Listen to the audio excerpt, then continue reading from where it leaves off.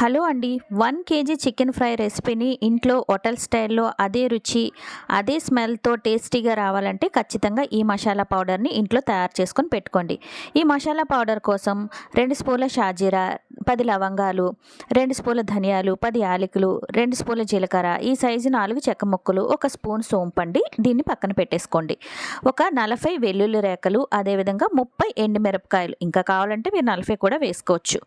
ఒక పాన్ పెట్టుకొని ఫ్లేమ్ సిమ్లో పెట్టుకొని లైట్గా ఫ్రై చేసేసుకొని ఒక ప్లేట్లోకి వేసేసుకోండి. అలాగే మిగిలిన మసాలా దినుసులను కూడా లైట్గా ఫ్రై చేసేసుకొని సిమ్లోనే మంచి అరోమా వచ్చేంత వరకు ఫ్రై చేసుకొని వేపుకున్న తర్వాత 1 స్పూన్ మిరియాలు కూడా వేపేసుకొని ఒక ప్లేట్లోకి వేసుకొని రెండింటిని చల్లారనివ్వండి. చల్లారిన తర్వాత మొత్తం ఇంగ్రీడియంట్స్ అన్నింటినీ మిక్సీ జార్లో వేసేసుకొని ఎటువంటి వాటర్ వేయకుండా ఈ విధంగా కోర్సులో గ్రైండ్ చేసుకోండి. అంతే, మీరు చేసే చికెన్ ఫ్రైకి ఈ మసాలా పొడిని వేయండి. అదే టేస్ట్, అదే రుచి. నచ్చితే ట్రై చేయండి. ప్లీజ్ నా ఛానల్ని సబ్స్క్రైబ్ చేయండి. Thank you.